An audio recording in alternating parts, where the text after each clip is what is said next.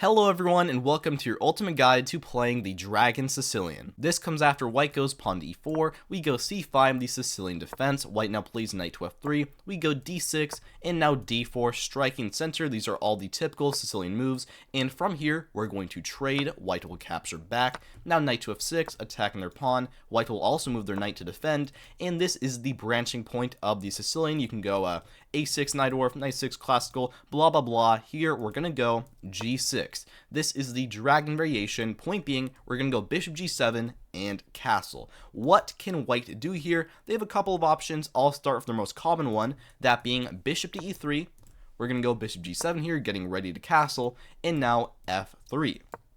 The point here for white is you're going to go queen d2, long castle, and just start a gigantic attack on our king side, which can be very dangerous. Luckily here, we're going to counterattack the many variations. A lot of stuff will happen, but to start, we are going to play castles here. White now goes queen d2, we play knight to c6, developing our knight and putting pressure on them in the center. White capturing us is just not a good move here, because after we take back, now the B file is open, and that is just way too much fun for us to play with. All of our attacks are going to be much stronger because of that. So instead, most people just ignore it and simply long castle here. At which point, you play the key move d5, striking in center right away, not letting white get any chances, and already here, black wins more games than white. And what can they do about the center here? They can try capturing on c6, but after we take back, this will simply transpose back into the main line, so you do not need to know this. Most people are going to capture. You will take back with your knight, and now take on c6. This is their best way of playing, because after we capture back with our pawn, white has two moves here. A lot of people will play bishop d4, which is the best move. We'll look at it in a second, but more people capture on d5, which is actually a mistake, and you're going to have some absolutely insane lines here, because after captures, white will take the pawn in the center. You have played a gambit, you're down a pawn, but here, when white is attacking both your rook and your queen, you play queen to c7 here, sacrificing it, and then you need to know what happens if they capture first. That being, you play bishop to f5. A very typical move. You now have two absolutely monstrous bishops and your queen looking at their king, and you simultaneously attack their queen and threaten checkmate. A lot is going on. White's only move here that does not lose immediately is sacrificing the queen back for as much material as possible, and because you want to keep the bishop on this super strong diagonal, you're going to capture with your king. Now, white still has this threat, so what can they do to defend? Rook d2, despite being not very common, is probably their best try, at which point you can play h5 here, prevent white from playing g4 and attacking your bishop, and from there, you can play like king to g8. The biggest threat white has in these positions is that if you make the mistake of moving your queen to the wrong place, then they will play this, and you'll probably get checkmated in most of those times, so that is something you want to avoid. However, most people are not going to go rook d2 here. They instead play bishop to d3, trying to develop their piece and block it out, but you're going to go on an insane attack here with queen to e5. Now, you're attacking their bishop and attacking b2, but you have to be careful.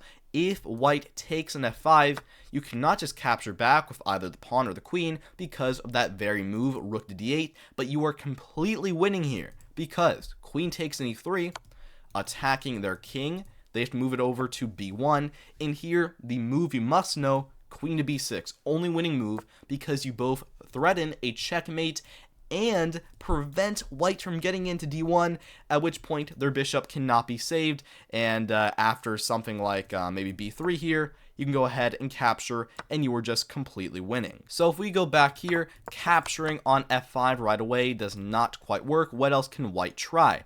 A lot of people will take the pawn a7 and just completely miss this, at which point you can take and you will be completely winning, but what's even better is to play queen to f4 check, king moves over, and then queen to b4, and you're just completely winning here. Engine gives minus 43, so if you're minus 43, yeah, you're winning. White's only move here that does not actually lose right away is queen d2. to defend like this, which already is hard to spot, but even if they do play this, you are already better. After bishop takes, once again, their only move not to lose is king takes on d3, which just sucks. And at this point, you can take on b2. Yeah, you are still down a pawn, but white is just way too dangerous in the center. You have various ways to get that material back, and you are just doing completely great there. So because of that, capturing on a8 with the queen does not usually work out very well. Instead, what white can play here that does not lose immediately, like the queen capturing your rook, is queen to c5 to intercept any of the c-file business and offer a trade, at which point you're going to slide your queen over, you're going to slide your queen over to b7 like so. And here, white once again has three main options they can play. If they try queen to b5 here, offering another trade, you can go ahead, simply capture, and then play rook to b8. And this is not great for white because you win the pawn back with a skewer. And after like a4, a6, bishop moves, and you capture, you're just doing well here. A slightly better endgame, which is good for you. White can also try bishop d4.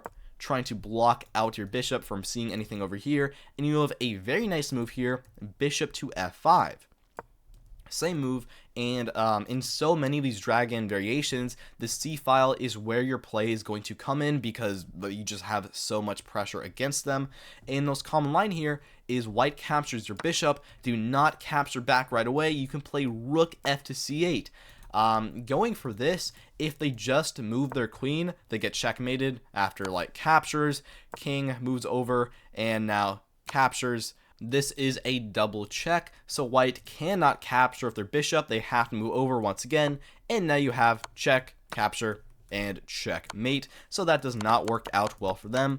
Instead, their only move here is really to capture on c8, sacrifice the queen, at which point you're going to take back. White will drop their own bishop back, and now you can play queen b6, keep trying to get in. Also, in a lot of these variations, you will end up sacrificing your rook if you ever want to try going for that. And once again, you're just doing very, very well there. A good attacking position. Their best move here is probably queen back to a3 to defend b2 like so, at which point you can play bishop to f5 here. That move does not change. Once again, you need to get that c-file and hopefully b-file pressure as well, and you have a fun line here, bishop to d3. You can now play rook over to b8, go ahead and attack this guy, and after b3, you have a very nice way of playing here, queen to c6. Getting this pressure, point being, if white captures your bishop, this is a mistake because queen comes into c3. Your queen is looking all into white's extremely weak squares, and if they're not careful, they can get checkmated here. Let's say they try to back their bishop up. You have rook comes over to c8 like so.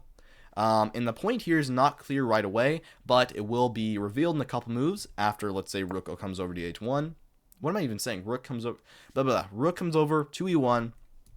You now play rook to d8, and from here you can play a beautiful way of winning. Queen to b2 check, king moves over, and here simply checkmate. Queen captures, rook defends queen, rook pins the other bishop to their king, and yeah, they're just completely dead there. So all in all, these variations with I go back here. With capturing on d5 do not work out very well. Their best move here is the less common bishop to d4, simply offering a trade like so and preventing our bishop from getting any funny business. But here you will still get a good game. After you play pawn to e5, you do not want to trade your very good bishop, and so you just completely block them out. They have to move it around, bishop to c5 here, and you have a nice way of playing bishop to e6. You actually just don't have to move your rook, because if they capture, this is just bad for them after you take back. Without a dark square bishop, your bishops, your knight, your rook, all of your pieces are going to go on a gigantic attack against white that they really just cannot defend against. And so instead, most people do not capture, instead just play knight to e4. Going into the center, getting a nice outpost. In here, now you want to move your rook over. But will probably go h4. This is one of the few variations where they do actually start getting this dangerous attack. You're now going to play h5. This is the best way of stopping it. If they go g4 right away, trying to just go, attack everybody, kill everybody on the king side, you can play knight to f4, and this will transpose into the main line, which is this one right here. If white goes bishop to c4, attacking your knight in the center, you want to go knight to f4 here. Point being, you defend your bishop and you reveal this attack, and you're probably going to get a gigantic trade here after captures, and they will take an a7, but you can win the pawn back after rook to a8, bishop backs up, you capture on a2, king b1, rook drops back, rook d1, rook d8, and now we get this trade. You're never going to get this line, but if you do get it, this is the absolute best thing for white, and I mean, it's just an equal endgame. White will try to expand on the queen side and make a passer like so, and you want to go f5 and e4, make a passer on the king side. I don't really know what to say. You're never going to get this, but I mean, that's what you do if you do somehow get this. Let's back up a little bit more. What else can they try? Right here, they do have a different move. If they, instead of capturing on c6, capture on d5 here, you get a good game. You will take back your queen, and if they play king b1 here to try and defend the pawn like so, you will simply just get a much better game here after captures. Bishop takes, and even a nice move, bishop e6, attacking this guy, b3, and now rook comes over to d8. Attacking their bishop. White can be fine here, but they're going to have to play very accurately, so that's just good for you. They can also try knight to c6. They're probably better option. You'll simply capture back. You have your queen on the good square you want it looking at, and white can try bishop h6 to trade your bishop down. Another idea of playing queen d2 and bishop e3, but here just straight up ignore it. Go bishop to f5. And looks like I drew some arrows, but yeah, you just have a ton of pressure on them. You attack c2, you can move your rooks to the center, rook to c8 once again, also rook d8 potentially to attack their queen, and you're doing well here. So that was the Yugoslav, which is white's main defense, but what else can they try here? Let's take a look at this position. Instead of long castling, white has two other good options. First, let's take a look at bishop to c4. By playing this, they keep their options open, and they're probably going to castle long, but they can also castle short in some of these games. And the way to play here is you just want to kind of wait a move. You want to go bishop to d7. Just kind of wait. White will probably long castle here, but the problem is because they play bishop c4 and everything is blocked now, you cannot play d5, but you're still going to go on the offensive with rook to c8. You're putting pressure on their bishop. That is an x-ray, so the best move is just back up to b3, keep it safe, and you're now going to trade in the center. Knight takes then d4. Usually do not do this, but this is a special case because after white takes back, you have the insanely fun move here, b5. You're not hiding anything. You're making your intentions clear. You want to go on a gigantic attack, a5, a4, b4, and just start absolutely rolling them. What can white do here? If they try, let's say, king to b1 here, common move, just trying to keep everything kind of solidified on the queen side, but it's not that great because here you can go a5 and white is not stopping your plan at all, and you have a nice way of winning material here. If white goes a4, which is I think by far most played, it loses a pawn after captures, knight takes back, bishop takes back, and now rook to c4, forking their bishop and their other bishop in the center, because after bishop b3 you have a very nice knight takes on e4, just a beautiful combination of all of your ideas coming together, and after captures you take you're not up a pawn with a better position, which is good. Maybe continue with the attack. They can also try, let's say, knight to d5 here. A strong move trying to launch in the center and also preemptively just avoiding b4, but here you still get a very good game after captures, bishop takes, king takes, white will take back their pawn, but here a5. Now their bishop is kind of stuck, and once again the attack is going to keep on rolling. a4, b5, and just start going absolutely sicko mode on them, and you're going to be doing absolutely great there. Lastly, their probably best move is h4. From here is probably h4. to counterattack us right away, and this is where stuff gets complicated. Here we're gonna go a5. What am I talking?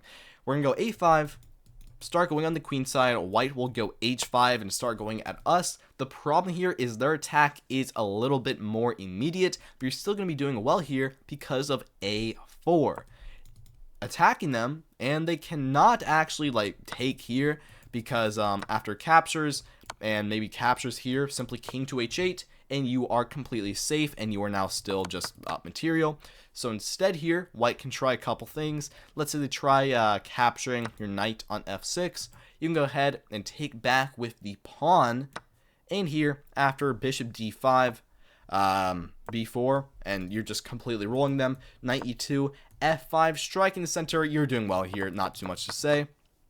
The other move is bishop d5, which is not super great because you can play e5 here, block out their bishop, and after moves, once again, b4, and they're just getting, rolled here. You can always capture and center on d5 if you really want to, and although white's attack is coming, it's too slow. Yours is much faster in this case, and you're doing very well. So that is bishop c4 and how to handle that. They do have another less common move here, which is not castling, not developing, g4 right away, the Panov Variation, just going, I want to attack you now. And we're going to punish them for this, because first we're going to play a very odd move, bishop to e6 here. First off, what if white just goes ahead and captures that bishop right away? We take back, and although our pawn structure is quote-unquote messed up, it doesn't actually matter that much, because after white long castles, we can play knight to e5, and there's really no actual downsides to this. Yeah, e6 is not defended, but white has no way of defending, and we're actually now getting on them on the king side. Let's say bishop e2 now, and you have a fun move here, queen c8. It looks very odd, but the idea here is after h4, you can now start rerouting your knight f to d7. Open up the f file. So you're attacking f3, and also in Mainline's variations, your knight is going to move to f4 because that square is now defended. White's most common line here is h5, at which point when you see this, be fearless, capture on f3, because after takes, at the end of the day here, you're actually just doing completely fine. White can go bishop d4, get a scary looking attack, but simply captures, takes, knight e5. Everything is blocked up, everything is defended, and white has no attack. If they do try going like rook to h4 and trying to stack here, you can always go in the aggressive with queen c4, or go on a more defensive side of queen to f8 and queen g7, which is why we played queen c8 here compared to queen c7, and you're doing very, very well. What else can they try? Let's say here, instead of trading, they try long castling. Now, you want to capture on d4, white will take back, and now queen to a5. Queen to a5, another typical move you want to keep in mind, because this is just a good way of getting your queen into the attack on the queen side. King b1, defending the pawn is very important. You now play rook f to c8, and a3 here is a very important move. If they do not play that, let's say they play, I don't know, bishop e2 here, you can play rook takes c3, because after captures back, queen takes, you're getting in on the queen side, and this is very well. King here, bishop to h6, yeah, you're doing great there. So instead, a3 is the main move to just try and block out your queen, at which point here you're just doing well. You'll likely try to go a6 and b5 to keep on the queen side attack rolling. Also, if they go a4 and a5, your queen can always try and rotate somewhere around here and be another defender, which is just good. Your queen is doing a lot of work for its square, and yeah, you're doing very well there. The other move you can try here is rook f to c8. It's a little bit different. After a3, the difference is here you can go rook a to b8 and go b5 and b4 like really quickly. You can do whichever one you want. They're both very good options. And back here, they have one more thing they can try, which is once again not castling, going h4, just get the attack, get it, doing punch, punch, punch, kill, kill, kill. It doesn't work out well because d5. striking in the center, and here white is too undeveloped to actually full on go ahead and attack us. If they trade in the center, we take back, their attack is just falling apart, they have nothing. If they try g5, this is probably their best try, at which point you want to go knight to h5 here. Your knight is on the rim and is a little grim, but surprisingly it's completely safe, and it can always jump into g3 if necessary. White can capture on e6, and although your pawn structure is messed up, once again it doesn't really matter. After we get all of these trades in the center, queen takes, knight takes, all this happens, you can go rook takes on f3, and I really like your position here. Engine gives white slightly better, but I mean, you're just completely infiltrating, dominating the center, dominating queen side, and king side, and you're just doing awesome. So that is the Yugoslav fully covered, which you should know occurs in like 60% of games, a lot of them. But let's start getting into some other options. Let's say here they go instead bishop to g5, trying to put some pressure on your knight, but in the dragon, any other move than bishop e3 most of the time is just not that great. Here you have a very simple solution, just bishop g7, keeping the knight defended.